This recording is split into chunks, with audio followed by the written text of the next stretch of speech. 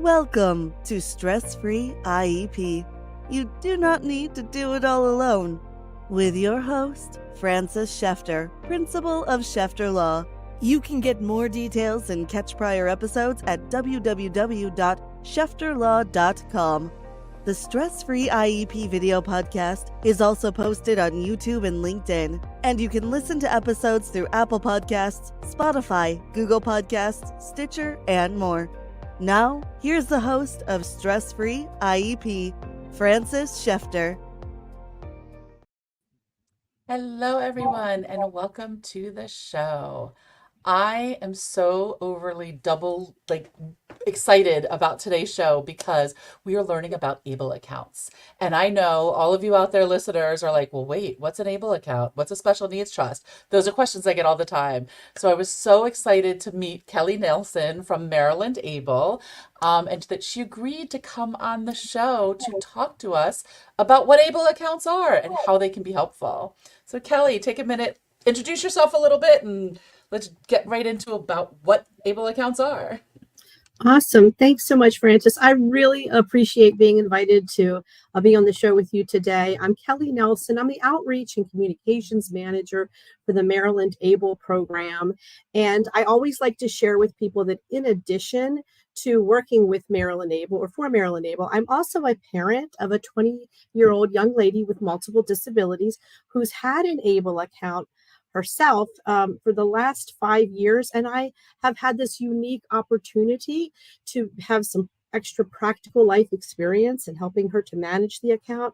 And it's just really given me an opportunity to see how it's helped her to grow in her self-confidence and her independence, as well as learn some really important financial literacy skills, and also given her father and I a way to be able to plan and prepare for the future. So I always like to share that I've had that opportunity, and I think it really has helped me as I've been able to connect with students and other older people with disabilities and family members throughout the state of Maryland, just helping them to access that information about how ABLE accounts can help them.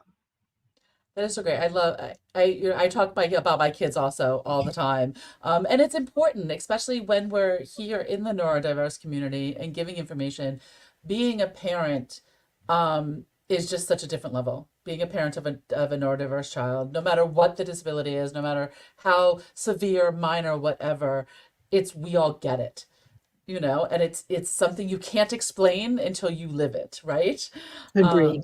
And it's just such a different coming from another parent that's living it is so much more helpful, at least I find, because you get me. Like you understand our stresses, our worries, and all of that. So ABLE accounts, like what is it like? Because everybody always says, well, why would you do an ABLE account instead of a special needs trust? So what is ABLE account and how is it different? Yeah, well, ABLE accounts are a way for people with disabilities, students with disabilities, their family members to be able to save money or invest money tax-free, and also be able to do so without jeopardizing any of those critical federal and means-tested benefits, things such as SSI or Medicaid and various types of waivers. So the thing about public benefits, while they're helpful in so very many ways, there are some challenges to it. So a lot of people that qualify for, say, SSI benefits, they have an asset limit of just $2,000, meaning that they're never permitted to be able to have assets more than $2,000 without jeopardizing their, SSI benefits, their Medicaid and different waivers. So thanks to some federal legislation that was passed back in 2014, called the Stephen A. Beck Achieving a Better Life Experience Act, or the ABLE Act, as we call it. It gave people with disabilities and their families the ability to save beyond that $2,000 and actually be able to have up to $100,000 in their ABLE account and still maintain all of their benefits. So it was a real game changer for people, as it really answered that question of, hey, how do we save and plan for our future and have those dreams and those goals, but not being able to exceed $2,000, right? So that was creating that cycle of poverty for people with disabilities, as well as a real inequity for how parents or family members were trying to plan and prepare for the lives of their children as they grow into adulthood. And let's face it, eventually, most of us are going to find that our children will probably be here after we're gone at some point. So we want to be able to do some planning. So that's where we see ABLE accounts and special needs trusts as being very helpful collaborative planning tools. That's great. For some reason, I thought that ABLE accounts did impact benefits. That's great to know that they don't, because that's huge. But what, I mean, I guess it has to be an ABLE account to not impact, because if you're in a regular checking account, then it would impact. So that makes sense. Like you have to get this special account. But like, what can anybody open an ABLE account? Like what would allow somebody to be qualified for an ABLE account? Sure. So there's two criteria basically that you have to meet in order to have an ABLE account. And the first is that a person has to have a disability that occurred before their 26th birthday. 26. And the Okay. second is that they have to have a disability that meets the Social Security Administration's definition of a disability. So this is going to be something that is going to be present with the person throughout their lifetime and have a significant impact in either their ability to learn or maintain full-time employment. So it's going to be a more significant disability. But when we talk about disability types, people say, like, what though? Like, what kind of disabilities? So that could be someone with blindness or low vision, someone who's deaf, hard of hearing. It could be people with intellectual disabilities, developmental disabilities, autism, spina bifida. I mean, the range of disabilities is vast. It just is going to have to meet that Social Security definition, meaning that it's going to be present with them throughout their lifetime. So anyone that is interested in enrolling in an ABLE account, one of the first questions it always asks in that process is, are you currently receiving SSI benefits or SSDI benefits? Because that way Social Security has already examined that documentation. They know that they have that met that criteria. But for those who may be listening, who have a family member that does not currently receive SSI or SSDI, that's okay. As long as they've had that disability before age 26, they can just get a physician's certification form signed, and that would suffice. So, okay, so then when you say meets the definition, it's not, you don't have to qualify for SSI. You just have to meet the definition, meaning like what level? Like, so, autism, for example, ASD, we have kids, it's a spectrum disorder. We have kids that are going to be 100% functioning in society, like no issues, adult, college, own homes, all of that other stuff.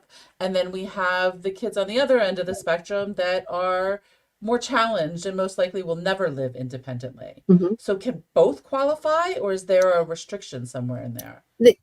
As long as they, even if they're not qualified, even if they're not receiving SSI benefits, if they can show that they have a diagnosis of autism, then they're able to enroll for an ABLE account.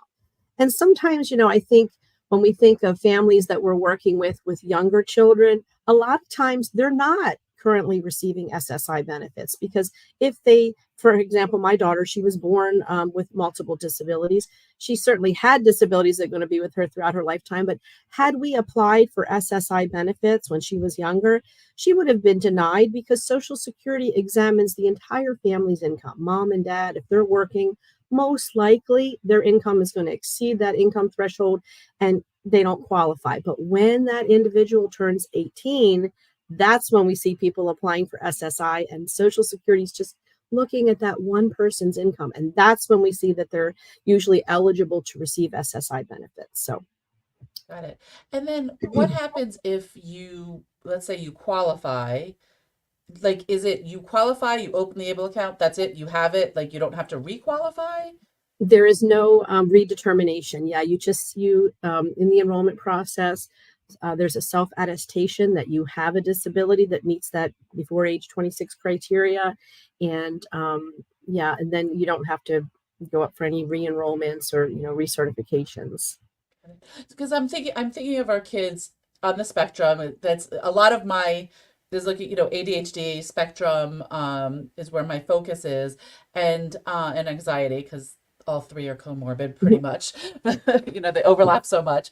They do. But like for the kids that we know we're going to go to college and all of that other stuff, but parents want to provide for them in a way, just, it's, I guess, another way to technically save for your child. Like, why, like somebody that has money to leave for their kids, like, why would an ABLE account make more sense even if they don't qualify for SSI anyway? Does that make sense? Well, there's tax advantages to having an ABLE account. For example, any money that is saved or invested in the ABLE account is tax free. You don't pay federal or state taxes on those earnings. And there's no penalty for taking those to taking withdrawals on the account, provided that the money is being utilized for the beneficiary of the account. So there's tax advantages that way. There's also the tax advantages of family and friends that are contributing to an ABLE account. For example, money that my husband and I are saving and investing for our daughter's future, we get an income deduction or an income subtraction on our Maryland state taxes.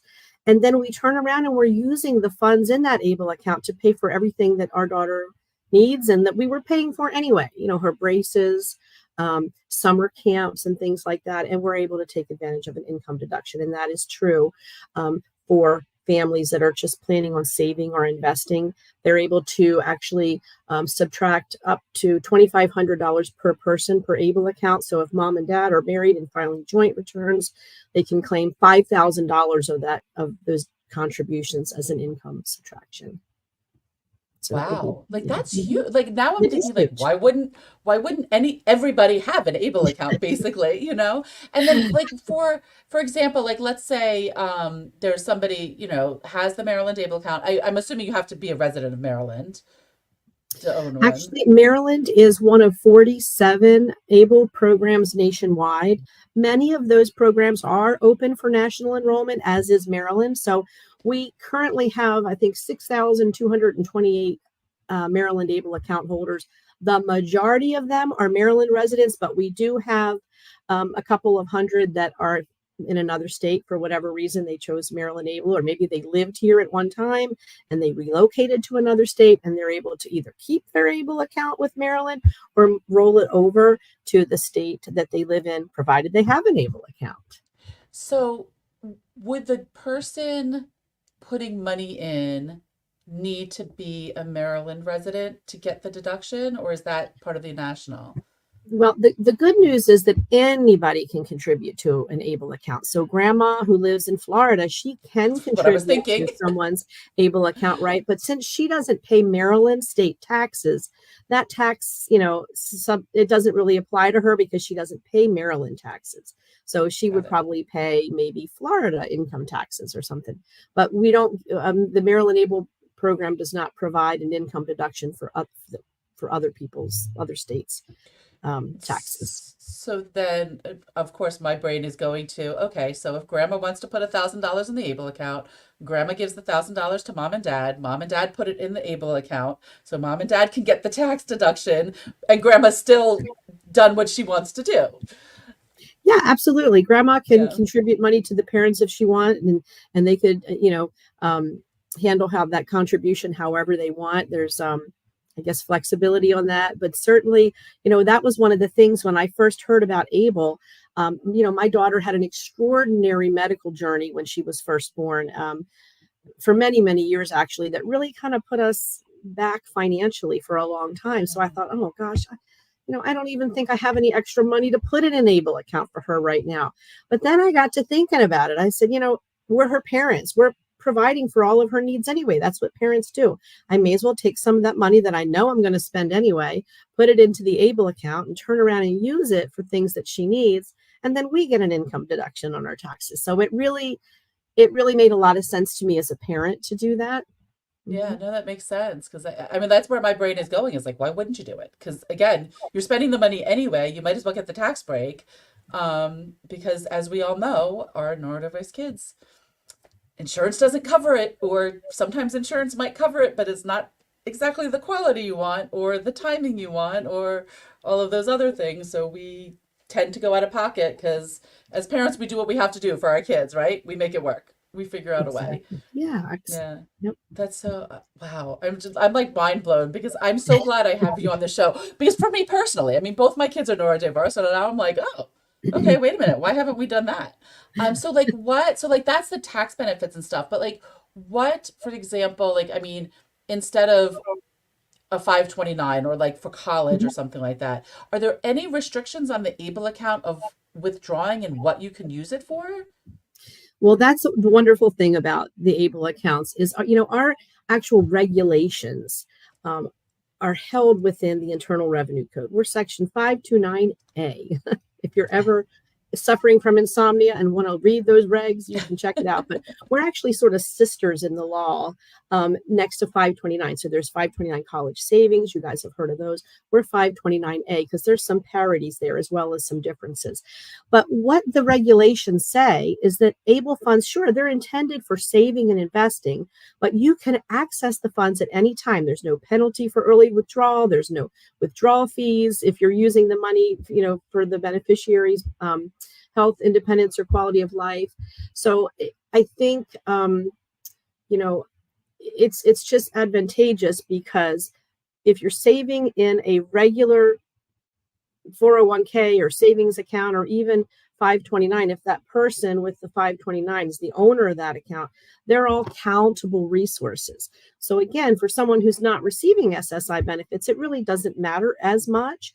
But for those of us who have kids that are going to be recipients of those SSI benefits, we really need to make sure as we move forward in our planning that we don't have money in their own name. And this includes, by the way, people that are going to be leaving money to them in their future. I wish I had $1 for every time I got a phone call from someone who said, oh my gosh, I didn't realize that, great Uncle Bernie, he passed away, and bless his heart, he left my son, $20,000 of his life insurance. And it's now we're over resourced. We're going to lose our benefits. What can we do? Right. So that's Right. where we look at having those ways to be able to save for larger amounts as well.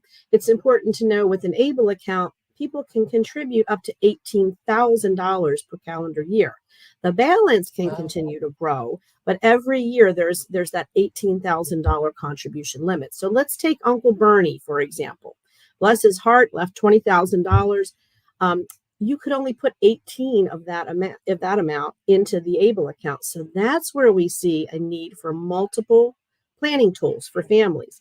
A lot of times we see people have both ABLE accounts and special needs trust, because with the special needs trust, and there's 3 different kinds, but there is no limit on how much money you can contribute to to a special needs trust. You can fund it with $1. You could fund it with $25 billion if you could, right? So that's the big difference where we see those larger amounts needing to have a place to be received and maintained. Right. And on special needs trust, just want to let our listeners know, if you look back, and we'll probably put the link in the show notes, I interviewed Todd Bornstein, who's an estate planning attorney, who explains special needs trust so that you can learn the other side, the other tools as well. I mean, like, this is such a huge thing because, again, there is so much out there for parents that you don't even know. Like, I knew there were ABLE accounts. I knew, oh, okay, that might be something I want to consider in the future, but not like really dug in and had the time to figure it out. And that's like, I'm so excited because that's part of the reason of my podcast is, hey, parents, check it out. There's this or there's that. And as a podcast, you can listen to it while you're driving, while you're doing the dishes, while you're trying to sleep, whatever it is, that it's consumable information in an easy, digestible way. So you were saying, so owner of the account. So the person with a disability is the beneficiary. Actually, that's a little different as well with ABLE accounts. Okay. It's always the person with the disability that is both the owner of the account and the beneficiary. Now, we realize when we're talking about children or someone under the age of 18, someone has to be on that ABLE account with them. Could be mom or dad or grandparent, whoever is the caregiver, right? But the account is always owned by the person with the disability, and the person that may be helping them manage the account in ABLE space, we call that the authorized legal representative, or the ALR. That's just our words for, hey, who can help open and manage that ABLE account on their behalf. And when the child is, say, 18 and they're an adult, and if they're able to manage the ABLE account on their own, fantastic. They're able to do that. We just complete a remove ALR form and the person's ready to rock and roll and manage their own account. Sometimes we see, some of our family members that even when they're an adult, they need help managing financial accounts. Some people say, Mom, I know I can do it, but I'd like for you to continue to help me manage this account. So they're able to do that if they want to. And certainly we sometimes meet people that have family members that are unable to provide consent for various reasons. In that case, we see family members that have either guardianship or maybe power of attorney, but anyone that is a family member, even if they don't have guardianship at the time, and this is a new change to our regulations within the last year, if they don't have guardianship for an adult and they are a family member, it could be a spouse, a parent, a sibling, a grandparent, or someone serving as rep payee, they can also help them to open and manage that ABLE account. So my brain goes into okay, we have our kid that's neurodiverse but is going to live independently. Mom, dad, grandpa, aunt, uncle been contributing. We got a nice big account of $100,000. We're, because we're maxing out. When that child turns 18 and technically they're able to manage the account on their own, can they come in and be like, bye, mom or dad, whoever's on it, it's mine now, and take all the money? Technically, the person that owns the ABLE account always has access to the funds. So Okay. if they wanted to remove their parents, if they wanted, to have their parents removed as the ALR, then they can manage that account. They can do with it what they want. So sometimes we see adults that parents don't have guardianship, but rather they have POA over financial matters because there are some, complexities to that, and they need some help. So if the parent has a POA to manage their finances, then they could provide that and just say, I've been given POA and I'm going to help with this account. But I think the important thing to know is that we have, just as, every person is unique, all ABLE account owners are also unique. We have people with disabilities that may have CP. And when they're an adult, they can manage that account themselves. And we believe that, people with disabilities should be involved in managing their own finances to the best of their ability. So what's nice about an ABLE account, especially for an individual with a disability who is able to manage, it's different in a special needs trust because you can have a special needs trust, but that person never has direct access to those funds they have to go through a trustee. So with an ABLE account, a person with a disability who is able to manage it can access those funds.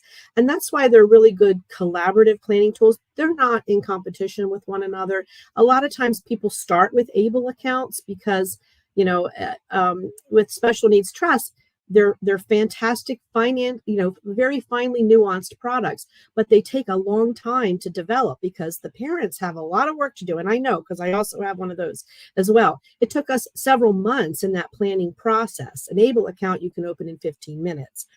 There's also a difference in the cost of having these two different accounts. The annual maintenance fee for an ABLE account is $35. It's billed quarterly. So, that was much more affordable than what we paid for our special needs trust, which range in cost between $1,000, $2,000 up to $14,000, $15,000, depending upon how much planning goes into that process. So, and they're both equally valuable, but I think there's also some differences as well as who can, I hope that my daughter, I don't know how things are going to go farther down the road, but I'm trying to include her in understanding about finances. So I want her to have some access, whereas money that's in her trust, she will not be able to access directly. There'll always be a trustee. And that makes sense. I'm just thinking along the lines of like an 18-year-old just graduated high school and like, I got 50 grand. Let me go buy a $20,000 car. Like might not be spending it as wisely as the parents would want or hope. Right. And that's part of that, financial literacy process that we go through as parents, because that could happen if they didn't have a disability and somebody had money in an account for them. So, that happens too, but definitely I understand. I mean, I know that we work really hard to be able to save and plan for our daughter's future. I would not be very happy if she decided to take all of her money out and buy, an $80,000 vehicle or something like that. I agree. Right. So we're So, working I with mean, her it's, on that. yeah, but and I guess that's the thing is to think about, and then the parents. I'm just also thinking about the people in the higher tax bracket of what and how. I should say higher, but like the that might have the $100,000 to put somewhere or something. But yeah, it makes sense. You kept saying about investing. So, like, what does that look like with investing with an Able account? Oh yeah, great. So here in Maryland, we have some options. When people have an ABLE account, it's an asset protected account, meaning Social Security and other federal or state means tested benefits cannot count those funds against them when being eligible for their benefits. But we also offer either a cash savings option or 4 different investment options. So right now, our cash savings option, that's an FDIC insured up to $250,000. We're currently they're paying like almost 6% interest. So it's doing really well. And a Wow. lot of our account holders like that because they're saving their own money, especially people with disabilities that are working and contributing their own funds from their job. They're really all about, hey, I want to put this money in there and I want it to be there next month when I come back. And Right. hopefully they're happy with their interest and stuff.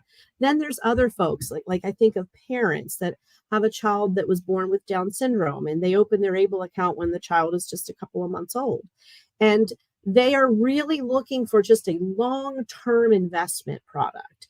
So they're not really planning on accessing the funds that often. For them, we have 4 different choices. These are all portfolios that are managed by Vanguard. There's just one for everybody's different risk levels and tolerances and how long they want to be in the investment. We have a what we call the moderate portfolio, which is 80% in bonds and just 20%, or this actually called the conservative one. So it's mostly in bonds with a little bit in the stock market. Then we have another one that is a moderate, which is a 50-50 split between stocks and bonds. And then for people who are really looking for that long-term investment, we have the aggressive option, which is 86% in the stock market and 14% in bonds. So these are folks that are going to watch that rise and fall over decades, right? They're not going to be like, oh That's my my father goodness, was. you have to have the risk tolerance for that, right? But, Right. and then we also have it 100% in bonds. So we do have several different options. And the best part about this is for people that are listening and you're going, oh my gosh, like I'm a parent with a child with special needs. My life is complicated and everything. I don't have time to think about like which investment portfolio. I don't really know what to do. The great news is with Able, every single time you make a contribution to the Able account, you direct where you want that money to go. So let's just say most of the time you're putting it in the cash option because you know that in a couple months you're taking it out to pay for summer camp or something. But then sometimes you're like, you know what, this time I want to direct it towards that moderate investment option. And that's, you can do that. And I love that flexibility. That's awesome. And then who manages? Because I'm thinking about my father. My father was how he invested money was crazy, amazing. It worked. But he wanted to manage like what stocks were bought, Yes. and Yes. buying and selling and all of that. Who does that in the Able accounts? So with Maryland Able, the Able program in Maryland is managed by the state of Maryland underneath the state treasurer's office. But we had to partner with financial institutions because the state is not a bank.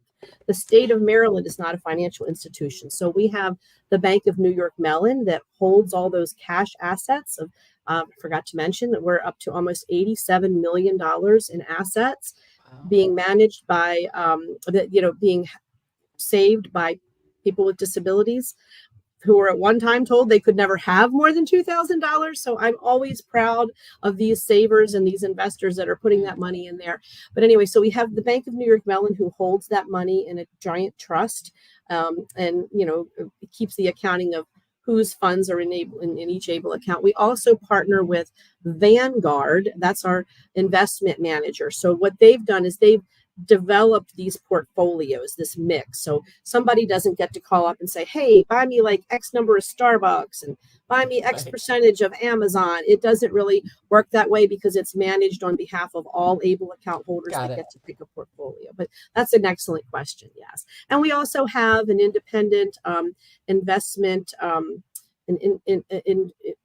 independent investment firm that also looks at those investments to make sure that they're being managed wisely. How's Vanguard doing? And they take a look at that. Then we also have our own internal financial investment team for the state treasurer's office. That's another pair of eyes on those investments. Obviously, they're more on the conservative side rather than being a really high roller, high risk stocks. There's portfolios are intended to have the earnings, but also, understanding that we don't want to put it in very too risky of an option, right? Right. No, that makes sense. So, I mean, it's because all levels, like my father was amazing with it and do that. You know what? Here's the money, put it in the stock market, manage it. I'm good. I don't have time for it. I got too much other stuff going on here. And as a special need parent, you have even that much more. So I I totally like that you agree. don't have that option. I like that I don't have to have that option. Like, I don't I, have to think about it. It's done. I Um, totally agree with you, Francis. I feel the same way. I'm just happy that somebody has looked at that, put that portfolio together for me, and again, that your choice or the family member's choice is to choose which one of those investment strategies that works best for them, and we've given them options. So that's great. And again, remember, all earnings tax free, federal, state, no taxes paid on earnings. on earnings in the ABLE account. Yes, on earnings in the ABLE Oh, account. so So that's even yeah, better. there's Got it. tax advantages for that. So they do not pay taxes. As long as when they take that money out, they're using it for the beneficiary. So And tax-free savings. and there's no restrictions on how using it for the beneficiary. There is no like amount of money that it's not like you can only take out $200 or $500 or you have to wait for a certain age. No, you can access the funds whenever you want because ABLE accounts are online. A bank account, they're actually an online account that's linked to an existing bank account, so you have access to that account 24/7 through online banking. So you can take a withdrawal when you get up in the middle of the night and go, oh my gosh, I forgot it's time to send those fees in for the summer program. Oh my gosh, and make that transfer and take care of that whenever you want to. Yeah, that is amazing. I'm just like, whoa. I'm just thinking about like I need to go home and talk to my husband about which way we want to go. Well, and then the other thing that comes to my mind is that a lot of people have financial advisors. And I guess I don't, I mean, I know a few, I don't know their knowledge, but I think the important here for us that have neurodiverse kids is to make sure if we're getting a financial advisor, to make sure the financial advisor understands all these differences. Because you know what? They might say, you know what? The ABLE account doesn't make sense for you. A Roth account makes sense for you right now. Or this, like they know that stuff, the finances of what, because they need to know the in and outs of everything. Yes. Yeah. And I would add, I would add to that when you're working with your financial advisor, make sure they know about ABLE accounts because remember, right now it may not be a big deal because your child doesn't receive SSI benefits, but if they have a Roth IRA or some other kind of retirement account, that is a countable resource by Social Security and a lot of other waivers. But money inside of that ABLE account, that's where that asset protection comes in, is like they can't count those funds. And even as you think of people with disabilities that are, say, working and their employer wants to put money in, match them in a 401k, they can definitely do that if they want. The better option is to ask the employer to put the money into an ABLE account because that's another way for people to save and for retirement, but not jeopardize those benefits. And I'm assuming for FAFSA, it doesn't impact. It does not. It cannot be counted. Yeah, it's not a countable resource, So which is great. thing. Yeah. Yeah, that's another thing that's important. And that's the thing. And it's not like you're trying to game the system or anything like that, because that's not what it's about. But it's about investing your money wisely to, we all worked hard for our money. Like we want to invest it the way we don't want to take away from. And like the thing, I know a lot of people are like, well, you can afford it though. You shouldn't be getting SSI. But it's like, it has nothing to do with that. The reality is it's not like SSI. If I get it, that person down the street doesn't get it. It's not like a finite number, right? And so if you qualify, then qualify and you should get it no matter what. It doesn't, everybody can get it if they qualify. It's not oh, well, 100 people got it, can't do anybody else, right? Right. As long as they meet that eligibility criteria, they can apply for it. I also know that I've talked to so many families that it's taken so long for them to be able to receive those benefits that their family member was eligible for, sometimes 2-3 years before it comes Yeah. through. So once somebody has been through that experience, and it is intense and it is time consuming, we want to make sure we don't ever do anything that's going to cause them to lose those benefits, right? Right. So that's why having an asset protection account, and there's only two ways, again, ABLE accounts and special needs trusts are a way to have money in those accounts and not have it count as resources against them. So yeah. Ah, that's so awesome. It's so cool. So there's no restrictions on funding. You can earn money. I'm trying to think of like, why wouldn't you do an ABLE account, you know? Um, Other than if you don't have the money to, but like if you have the money, it just makes sense to me. Like, and you have a child with a disability because it's just they have to have a disability. It doesn't have to be, wow. I'm just thinking Exactly. about like, yeah, my brain's going all over the place, you know, like And family I think members and like And clients and I think the other thing that's good to know is like one of the things that we have is our features, and we have some really cool features here in Maryland. One of them being a gifting page, which I love that, and I love sharing this information. Remember, I said we had a little over yeah. 6,228 or something Maryland Able account holders right now. So 582 of those account holders have activated their gifting page and are actively using it throughout the year. And over the last 6 years, are you ready for this? Those Yeah. 582 people have received over $4.8 million in gifts. Wow. Wow. It is something that family and friends can really get behind because they want to support a Yep. family member or a friend with a disability in their savings goals. And sometimes I see this used for really hardship situations. I think back on my own situation when my daughter was born 20 years ago, ABLE accounts did not exist.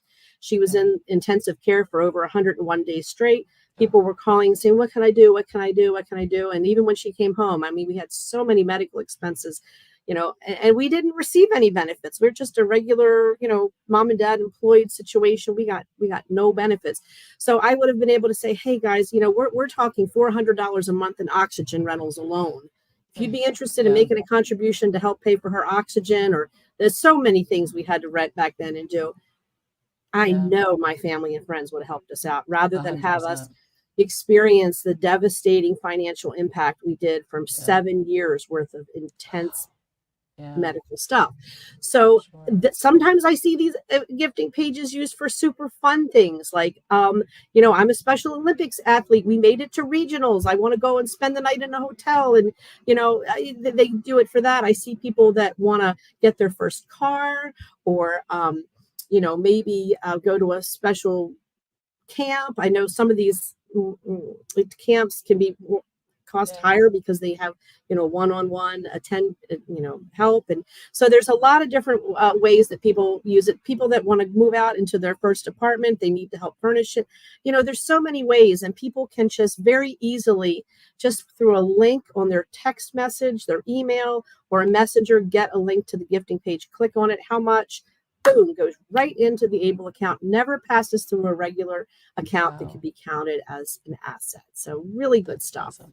And then if any of your family lives in the state that you have the account, they're going to Mhm. get a tax write-off They on do. top of They can it. take it as an income subtraction. So it's, really, really good. And another benefit is, let's just say mom and dad opened a 529 college savings account when their child was a baby. And they're getting close to transitioning out of high school. And maybe that student's pathway is not college. Maybe they want to get a certification for a certain skill or something. Pathway is not college at this point. They can roll those funds over from a 529 account into an ABLE account. And now it is expanded how those funds can be Wow. used, which was formerly earmarked only for education, college, tuition, books, right? Now they can put it into ABLE and they can use it for anything that supports that person in his Wow. health, independence, or quality of life. And let's just say maybe 6 years down the road, they decide, you know what? I do want to go to college. Guess what? They can use ABLE funds to pay for college, tuition, room and board, books, everything. So That's it just so gives them more flexibility. right. And I mean, and it's funny because like I'm just thinking about people that I interact with in the community and how, well, I don't want to do a 529 college because what if my kid doesn't decide to go to college, then what happens to the money? Right. Well, Right. now it turns Yeah. into an able account You and put it you're in not there. losing anything, Yeah. So like if you have a 529 and you're like, my kid's not going to college, or whatever, here's something to think about. Like of that's so like it's amazing. Like it's just I don't know where I'm going right now that it warms my heart that like legislation is doing something for our kids, and they've put it out there. As bad as some of the other laws might be and rules might be with Yes. with IDEA, and they're still there, but it's Right. like that they are at least trying to do something to help Yeah. us help our kids. Absolutely. And I think about the journey to the passing of the Able Act. It really all started with just one dad, Stephen Beck. Stephen Beck was his name, and he was like, "Look, I've got two daughters. One I'm saving for in their college savings plan. I can do this. I can save for their future. My daughter with Down syndrome cannot save for her. I can't do it because she can't have any assets over 2,000."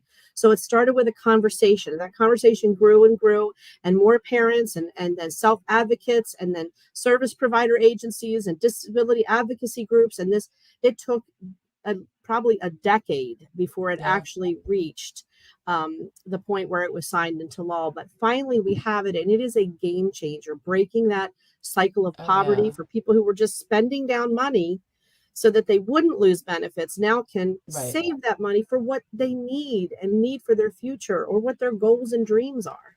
So it's a Right. game changer. Yeah. And I hear people saying, well, if you're spending down money, then you don't need the money. But, what you just said, what you went through with your child of $700 a month, like getting that paid for, like if you have to spend down $1,000 in 2 months, you've already, you know what I mean? Yeah. I always hear people of like, oh, you're just trying to game the system and get something for nothing and all that other stuff. But that's not what it's about. It's about having the extra resources to care for our kids. It's not like, oh, great, now I can go on a Disney cruise because I have SSI. Right. And I think of, a lot of parents that I've talked to across the state. I think the worst call I ever received was from a couple that were probably in their 80s. And their son was in his 50s. And he was receiving SSI benefits, and he had, some receiving residential services. Well, parents were both ill, been in the hospital, weren't paying attention to his regular checking account. It went over $2,000 for a period of time. He lost everything, lost his housing, lost his benefits, lost everything. And then you think, how can this happen? And the dad was literally crying on the phone and saying, Of course. why didn't anybody tell me about an ABLE account? If I would have known that, I would have just put the extra money from Social Security in an ABLE account. They're dealing with an end of life Yep. situation. They're not going to Yeah. be here. That ABLE account money could be in that account for their son's use to supplement. I mean, even if a person is receiving the maximum amount of SSI benefits, $934, I think this year, I could be off on that amount. Guys, is that enough to pay for rent, utilities, groceries? I would like to know where in Maryland someone could live on Right. $900 a month for all their expenses. And that's what Social Security maximum amount is. So they Right. need to be able to save for things like dental, like that spend down we were talking Yep. about. People are like, oh my gosh, I got to spend this money down. Only 3 months later, they need a major root canal. Well, no dental insurance. Now they don't have money to pay for it because they spent it down so they wouldn't Right. lose their critical benefits. Right. So it's really sad. Yeah. It is. God, wow. It's blowing my mind. I'm so glad I had you on. And I'm sure like friends and family and clients that are listening and watching are going like, oh, thank you. You might have an influx of calls in the next couple of weeks.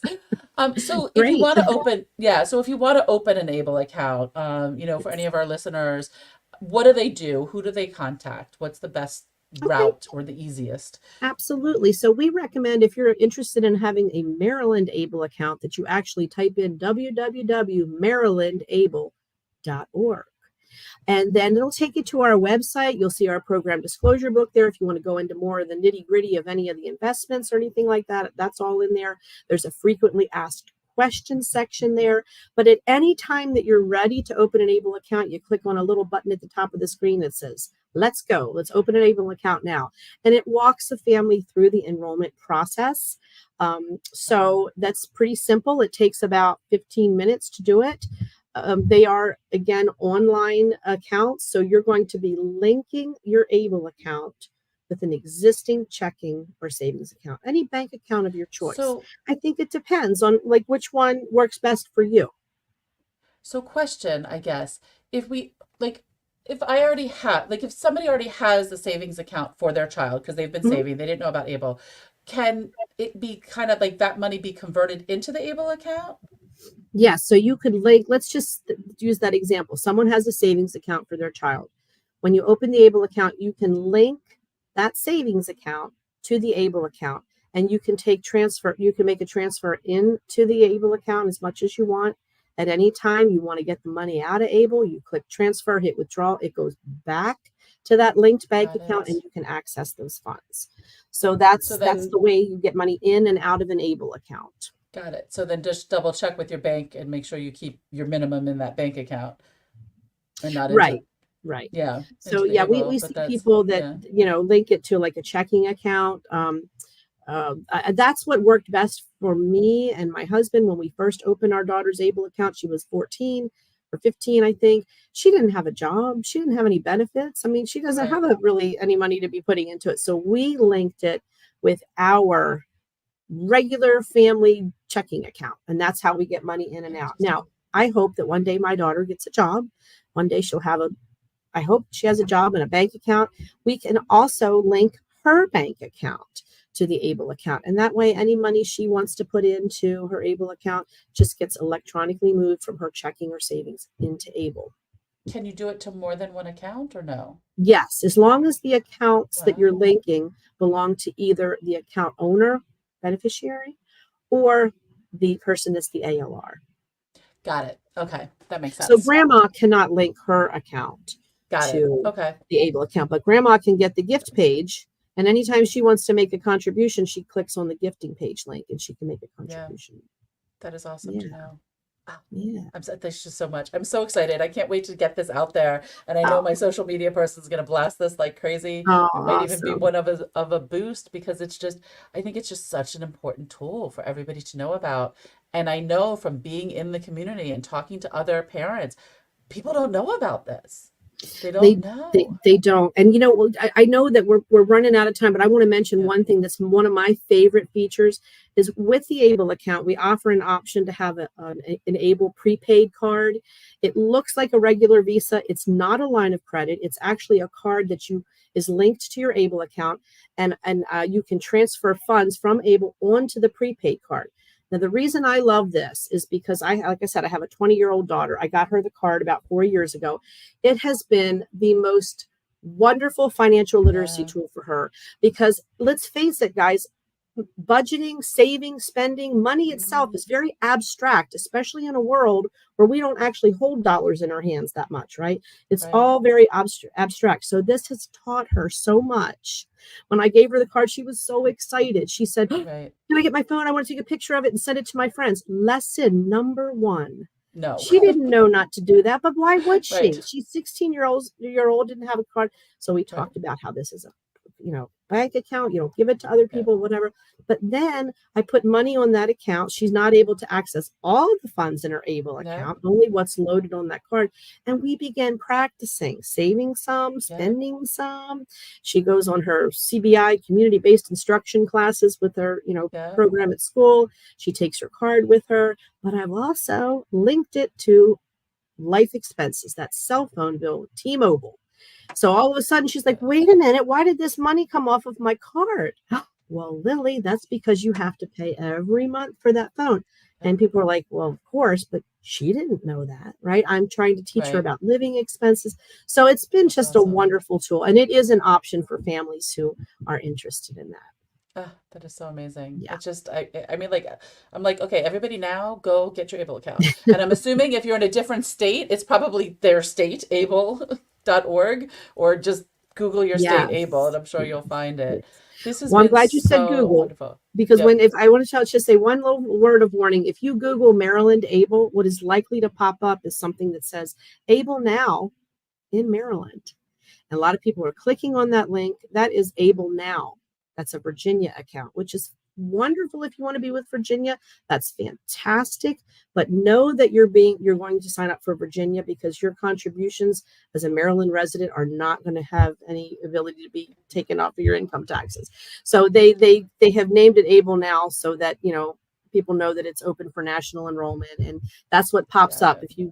If you put in there Tennessee Able, it would say Able Now in Tennessee. So just a word of Cool. warning, type in our URL, www.marylandable.org, if you want to be with Maryland. Got it. That makes sense. That is so awesome. Thank you so much. This has been this is like gold. I don't even know how to put a price on it. This has been so amazing for me personally. I know for family, for friends, for potential clients. This is just like, I would have to say probably now one of my favorite episodes, because I think I just in the sense of like that everybody needs to know this, others are just more tailored to certain type of people, but this is one that no matter what your diagnosis is, this is something you need to know. So thank you so much for being on the show and sharing your wealth of information. Thanks, Frances. It was a pleasure. You've been listening to Stress-Free IEP with your host, Frances Shefter. Remember, you do not need to do it all alone.